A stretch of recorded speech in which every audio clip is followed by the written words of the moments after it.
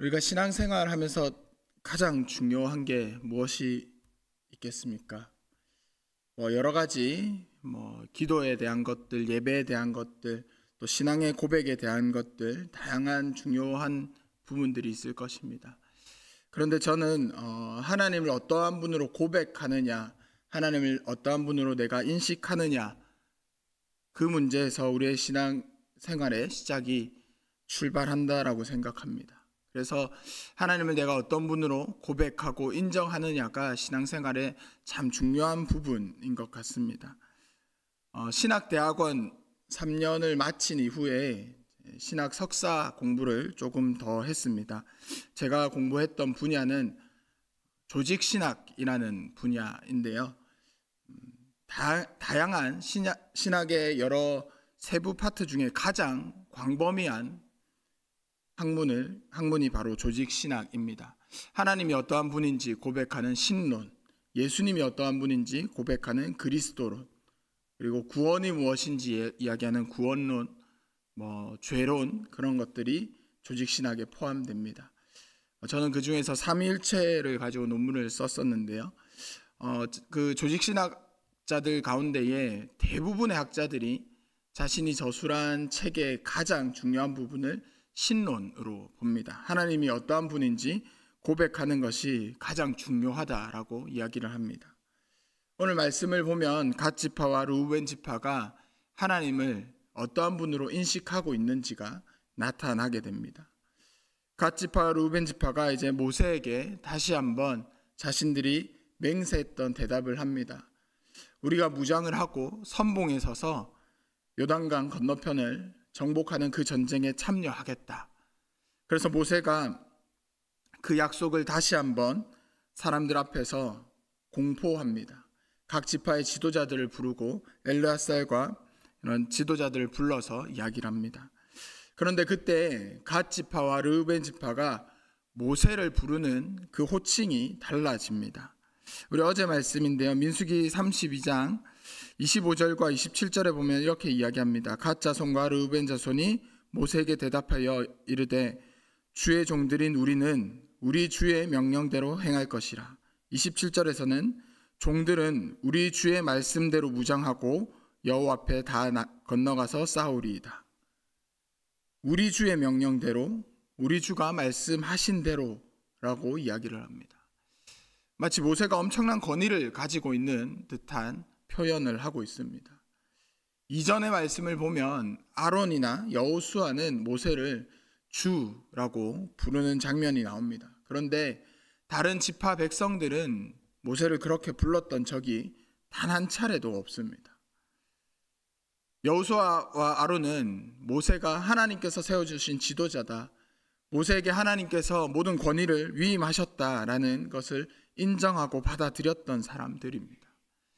그런데 다른 지파 백성들은 그러지 않았습니다. 모세를 처음 만났을 때부터 모세에 대해서 의심합니다.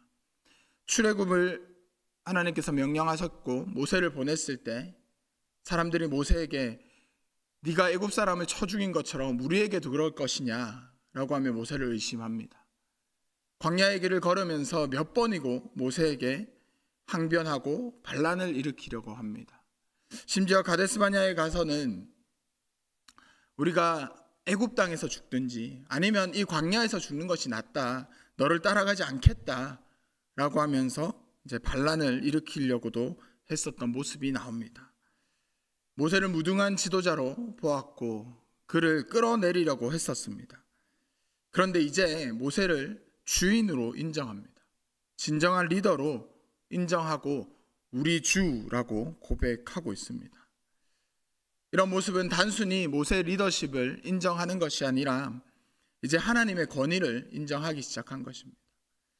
40년의 그 세월을 지내오면서 모세가 수고했던 것, 모세가 하나님의 기적을 보여줬던 것, 또 모세가 전쟁에 앞섰던 것, 그러한 것들을 보고 모세의 공로를 인정하는 모습이 아니라 하나님께서 모세를 세우셨구나, 이제 모세를 하나님의 리더로 하나님의 권위를 인정하는 것입니다. 하나님께서는 이제 리더를 세우십니다. 하나님께서는 어떠한 공동체에 또 어떠한 시기에 하나님께서 세우시는 그 리더가 분명히 있습니다. 때로는 어떤 리더가 섰을 때에 그 리더가 세상의 방법으로 택해진 것 같기도 합니다. 어떨 때는 사람들의 인기 때문에 리더로 서지는 않았나라는 모습을 보일 때가 분명히 있습니다. 그런 리더라고 생각되면 우리가 어떻게 해야 될까요? 그럼에도 불구하고 우리는 하나님께서 보내주셨겠지라고 인정하고 순종하고 섬기고 따라야 할 것입니다. 우리는 하나님의 뜻인지 아닌지 명확하게 알 수 없기 때문에 하나님께서 세워주신 리더다 생각하고 따라야 합니다. 혹여나 하나님께서 택하신 리더가 아니라고 한다면 하나님께서 하나님의 때에 그 리더에게 내려오게 하실 겁니다. 그런데 혹시 우리가 사람의 인기로 사람의 생각으로 세운 리더이다 라고 판단하고 그에게 순종하지 않는다면, 그런데 그가 하나님께서 세우신 분이라면 하나님의 말씀에 불순종하는 모습이 될 것입니다. 리더뿐만 아니라 우리 옆에 있는 동역자들, 함께 만나서 관계 맺는 사람들 역시 마찬가지입니다. 하나님께서 만나게 하셨구나, 하나님께서 나에게 보내주신 동역자구나 생각하고 함께 하나님의 말씀을 나누고 함께 하나님의 사랑을 나누면서 관계를 맺어가는 겁니다. 그것이 하나님의 계획 안에서 만난 관계라면 더 깊어질 것이고 더 하나님의 사랑을 나누고 서로를 위해서 기도할 수 있을 겁니다. 만약에 그런 관계가 아니라면 하나님께서 또 우리를 지키시기 위해서 멀어지게 할 것이고 또 하나님의 때에 하나님의 사람을 만나게 할 것입니다. 하나님은 이렇게 지파들의 마음을 변화시키면서 가나안 땅에 들어갈 준비를 해주십니다. 가나안 땅에 들어갈 준비가 되는 것은 이들이 정복 전쟁을 끝냈기 때문에, 이들이 40년의 세월을 잘 지나왔기 때문에도 있지만, 하나님은 이제 진정한 자신들의 리더로, 자신들의 주님으로 인정하는 마음이 있을 때 하나님께서는 그 약속의 자리에 불러주십니다. 우리가 그렇게 하나님의 권위를 인정할 수 있었으면 좋겠습니다. 하나님을 참된 우리의 왕으로 모시고 나의 창조주로 고백하며 우리의 삶의 자리에서도 신앙생활을 이어나가는 우리가 되기를 축복합니다. 이제 모세는 제사장 엘르아살과 또 여호수아 여러 지파장들 앞에서 그 협상의 내용을 다시 한번 이야기를 합니다.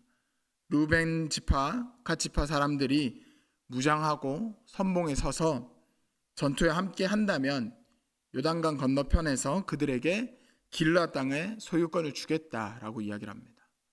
만약 그렇게 하지 않는다면 길르앗 땅은 가질 수 없다. 하지만 이제 가나안 땅에 들어가서 그곳에서 일부의 땅을 받고 살아갈 것이다 라고 이야기를 합니다. 이 조건 어떻게 생각되십니까? 두 번째 말이 좀 이상하지 않습니까? 만약에 약속을 지키지 않으면 길르앗 땅을 받지 못할 것이다. 너무 당연한 겁니다. 그런데 가나안 땅에 들어가서 땅을 받아서 그 자리에 살 것이다 라고 이야기를 합니다. 약속을 지키지 않았고 전쟁에 참여하지 않는데도 가나안 땅에 들어가서 땅의 분깃을 받을 것이다 라고 이야기를 합니다. 자격이 있겠습니까? 모세는 그들도 가나안 땅을 받을 것이다, 계약을 위반하더라도 받을 것이다 라고 이야기를 합니다. 이 부분에 대해서 명확한 근거나 명확한 학자들의 해석은 없습니다.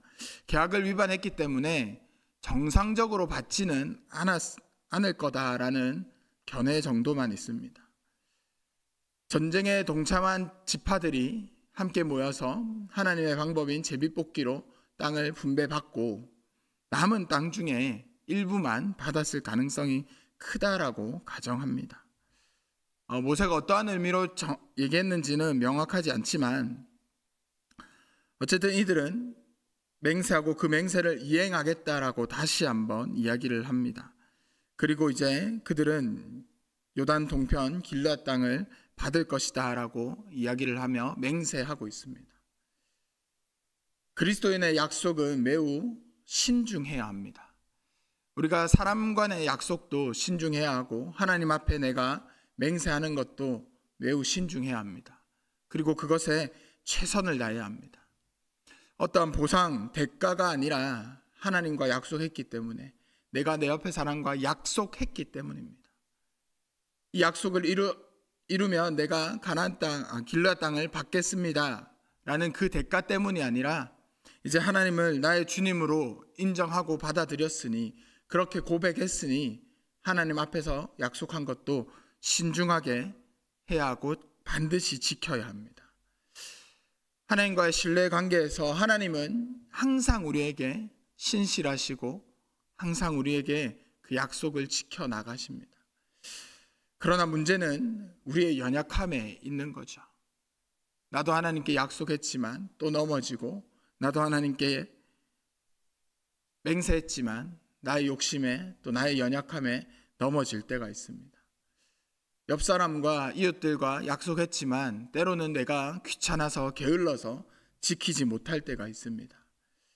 그런데 우리의 그런 모습이 하나님을 나타내는 모습일 때가 있습니다. 우리의 그런 말과 행동이 예수 그리스도를 모르는 자들에게 교회의 모습을 보여줄 때가 있습니다. 그래서 그리스도인의 언행은, 그리스도인의 약속은 매우 신중하고 진지하고 무게감이 있어야 합니다. 하나님 앞에 내가 약속한 것이 있다면 비록 연약하여서 또 넘어지지만 다시 한번 지키려고 그 자리에서 일어나고 다시 한번 그 약속을 붙들려고 애써야 할 것입니다. 하나님도 우리의 연약함을 아시고요, 하나님께서도 우리의 죄된 모습을 아십니다. 그래서 하나님은 우리가 100% 약속을 지키는 것을 요청하지 않으십니다. 100% 순수함을 우리에게 요구하지 않으십니다. 그 자리까지 나아가는 치열한 싸움, 그 자리까지 나아가는 우리의 그 노력을 하나님께서는 기뻐하십니다. 그렇게 하나님 앞에 약속을 지키기 위해서 치열하게 싸워나가는 우리의 모습이었으면 좋겠습니다. 이제 이들은 그 자리에서 땅을 차지하고 그 땅들을 분배받는 모습들이 나옵니다. 때로는 그 성읍의 이름을 바꿔서 그 자리에서 살아가기도 합니다. 그런데 그 자리에 보면 므낫세 아들들이 차지했던 곳 바산 왕 옥의 영토였습니다. 사실 이 자리는 하나님께서 약속하신 가나안 땅이 아닙니다. 그런데 이들이 보기에 좋은 목초지로 보이니 마음에 욕심이 났던 거죠. 그래서 이후에 르우벤 지파와 갓 지파의 그 모습들, 므낫세 반지파의 모습은 좋지 않은 미래의 모습을 보게 될 때도 있습니다. 하나님께서는 분명 우리에게 약속하시고 예비하신 것들이 있습니다. 하나님께서 세워주실 리더가 있을 것이고, 하나님께서 만나게 하신 동역자들이 있을 것이고, 하나님께서 우리에게 살아가게 하시는 그 지경, 또 우리에게 약속하신 축복들이 있습니다. 그 가운데서 우리가 하나님을 인정하고 하나님을 나의 창조주로 고백하고 하나님과의 약속 가운데에 하나님께서 주시는 그 은혜로 만족하는 삶을 살아가는 것이 그리스도인의 행복한 모습일 것입니다. 하나님 한 분만으로 만족하는 우리가 되기를 축복합니다. 하나님만이 나의 창조주이심을 오늘도 우리의 삶 가운데 고백하며 그 손길을 따라 살아가는 우리 모두가 되기를 주님의 이름으로 간절히 축복합니다.